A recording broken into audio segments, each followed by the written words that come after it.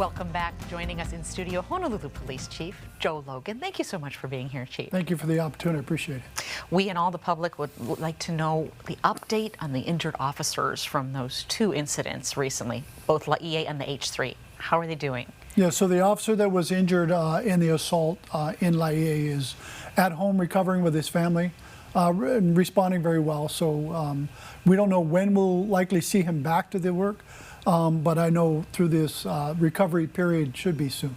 Sure. Now the H3, that was an incident with the driving. It brings up all sorts of issues with close call.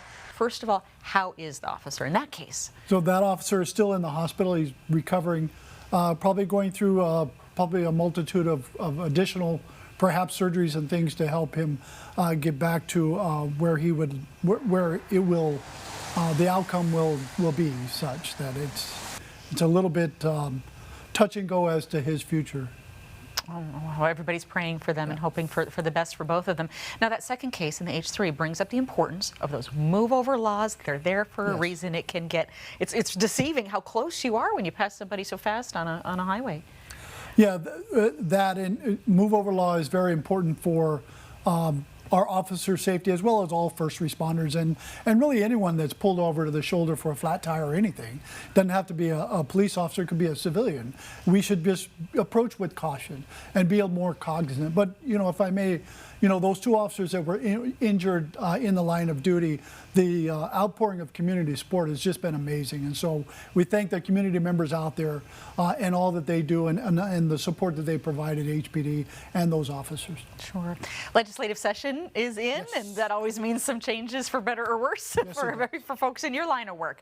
There's a bill there now for some criminal justice reform that would authorize officers to issue citations in lieu of making an arrest for certain things. Where does HP stand on these kinds of legislation? So we support being able to have the discretion for misdemeanors and below for citation and or arrest.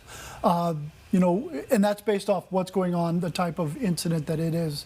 Usually non-violent incidents or offenses is something that we could cite rather than write or arrest and take the officer off the streets. So it would, the officer would have more time to be spending on the road, helping his fellow officers out with whatever else is going on in the, I guess, in the district at that time and place. So for felonies, probably not so much. It's, you know, the officers arresting for felony offenses and getting people into the criminal justice system is probably the better way to do that. And then judges still have the discretion to either authorize bail or release on their own recognizance, or if we're going to charge the individual if they meet that criteria, we'll go ahead and do that too. Sure. And of course they have to work on the charging issues as well versus the informations and the grand juries and the indictments and what have you. Right, we understand that's in the alleged process too also. Yeah, okay, we'll keep our fingers crossed for a solution there that's fair to both sides.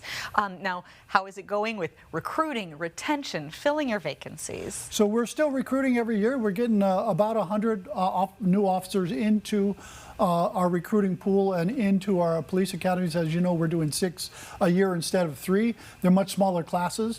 And so anyone out there that's interested in joining the Honolulu Police Department, either as an officer or as a civilian, our communications division is also looking for communication officers to come on board.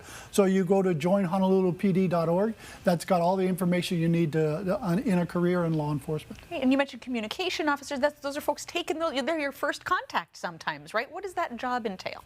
So that job, if you dial 911, you're going to run into the emergency response officers. You'll be talking to them and then perhaps to a dispatcher who will be allocating resources out to those offenses that need requirements and sending our officers where they need it to be. Okay. That's a high-stress job, very important job, and their pay can be dismal compared to the stress and the importance of the job. There's some moves afoot, whether it's legislatively or with the unions, to get them a little better recognition. Tell me where the HPD stands on better pay, better recognition for those dispatchers and communications folks. Correct. So there's, from my understanding, there's a move afoot to take the communications officers away from the current bargaining unit, move them into their own separate bargaining unit, and that would allow for, maybe pay issues or concerns to elevate that pay and make sure they're in the right categories that they need to be as communications officers and not other types of administrative functions. Sure. All right. Well, we sure hope the best for you and for them, and of course to those officers who are recovering. Thank you very much for the opportunity. Thanks for being with us. Sure. And we'll send it back to you.